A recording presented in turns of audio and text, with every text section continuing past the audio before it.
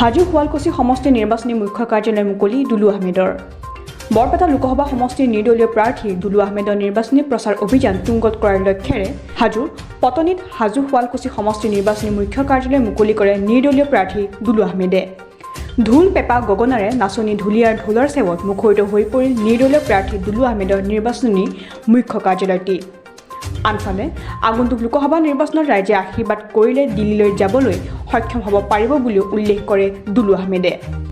গৌৰৱৰ কথা যে পোনপ্ৰথমবাৰৰ বাবে হাজো শুৱালকুছি সমষ্টিৰ পৰা যিটো সমষ্টি নতুনকৈ বৰপেটা লোকসভা সমষ্টিত অন্তৰ্ভুক্ত হৈছে, এগৰাকী ব্যক্তিয়ে সাংসদ নিৰ্বাচনত পোনপ্ৰথমবাৰৰ বাবে প্ৰতিদ্বন্দ্বিতা কৰি আছে।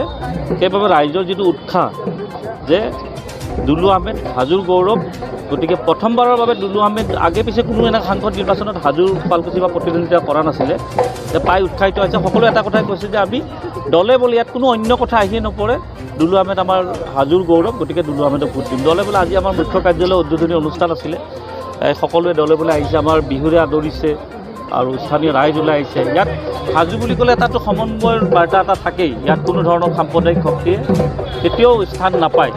গতিকে এইবাৰ নিৰ্বাচনত এটা ভাল ফলাফল দেখিবলৈ পাব। হাজোবাসীৰ বাবে গৌৰৱ হ'ব যে প্ৰথমবাৰৰ বাবে হাজোৰ পৰা সাংসদ হ'ব গৈছে।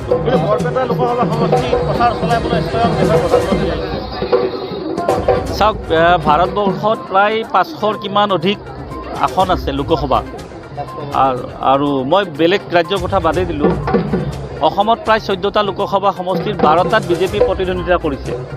তেনেস্থলত বিজেপিৰ প্ৰাৰ্থীক বাদ দি অগপৰ এগৰাকী নচলা ঘোঁৰা, যিগৰাকীক এনাৰ্জি ড্ৰিংক খুৱাই চলাই থাকিব লগা হৈছে, স্বয়ং ভাৰতৰ প্ৰধানমন্ত্ৰীয়ে তেখেতৰ উদ্ধাৰ অভিযানত নামিছে। এতিয়া প্ৰধানমন্ত্ৰীয়েতো নাজানে বৰপেটা ক'ত আছে, ফণীভূষণ ক'ত হৈ নাজানে। নিশ্চয় ৰাজ্যিক বিজেপি খবৰ দিছে যে বৰপেটাত আমাৰ স্থিতি খুব দুৰ্বল, আপুনি আহিব লাগে। প্ৰধানমন্ত্ৰীৰ গাত একো দুখ নাই, কিন্তু প্ৰধানমন্ত্ৰীক বৰপেটাত মাতিছে। তাত বৰপেটাত বিজেপিৰ প্ৰাৰ্থী আছেনে অসম গণ পৰিষদৰ প্ৰধানমন্ত্ৰী নাজানে, উদ্ধাৰ অভিযানত নামিছে। যোৱাকালি আপোনালোকে এটা ভিডিঅ' চাব, প্ৰধানমন্ত্ৰীয়ে নলবাৰীত যিখন সভা কৰিছিলে, তেখেতৰ ছ'চিয়েল মিডিয়াৰ যিটো ভিউজ 10 লাখৰ ওপৰত আছে আৰু মোৰ 13 লাখৰ ওপৰত আছে। এইটো দুলু আহমেদে কৈ থকা নাই, আপোনালোকে তাৰ পৰাই বুজিব লাগে, এইবিলাক বাতৰি প্ৰকাশ কৰিব লাগে। মইতো প্ৰধানমন্ত্ৰীৰ মই দুবাৰকৈ হাৰিছোঁ নিৰ্বাচন, কিন্তু দুলু আহমেদৰ ছ'চিয়েল মিডিয়াত মনোনয়ন পত্ৰ দাখিলৰ যিটো প্ৰক্ৰিয়া 13 লাখে চাইছে এতিয়ালৈ, আৰু প্ৰধানমন্ত্ৰীৰ যিটো নলবাৰীৰ যিটো জনসভা বুলি কৈ আছে মাত্ৰ 12 লাখে চাইছে। ফলাফল ইয়াতেই ওলাই গ'ল, আৰু বেলেগ কি?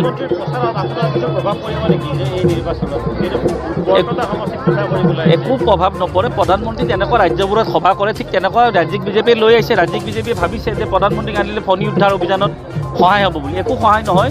যোৱাকালি মোৰ মই আকৌ কৈছোঁ, ছ'চিয়েল মিডিয়া পেজত চাব, মই এটা 44 ছেকেণ্ডৰ ভিডিঅ' আপলোড কৰিছিলোঁ, 13 লাখ ভিউজ হৈছে, আৰু প্ৰধানমন্ত্ৰী ডাঙৰীয়াৰ মাত্ৰ 12 লাখ 11 লাখ ভিউজ হৈছে।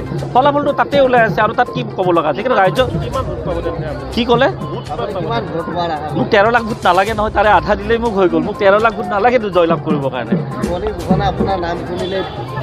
হাজোৰ পৰা নৰেশ্বৰ ৰাজবংশী ৰিপৰ্ট, কে নিউজ 7।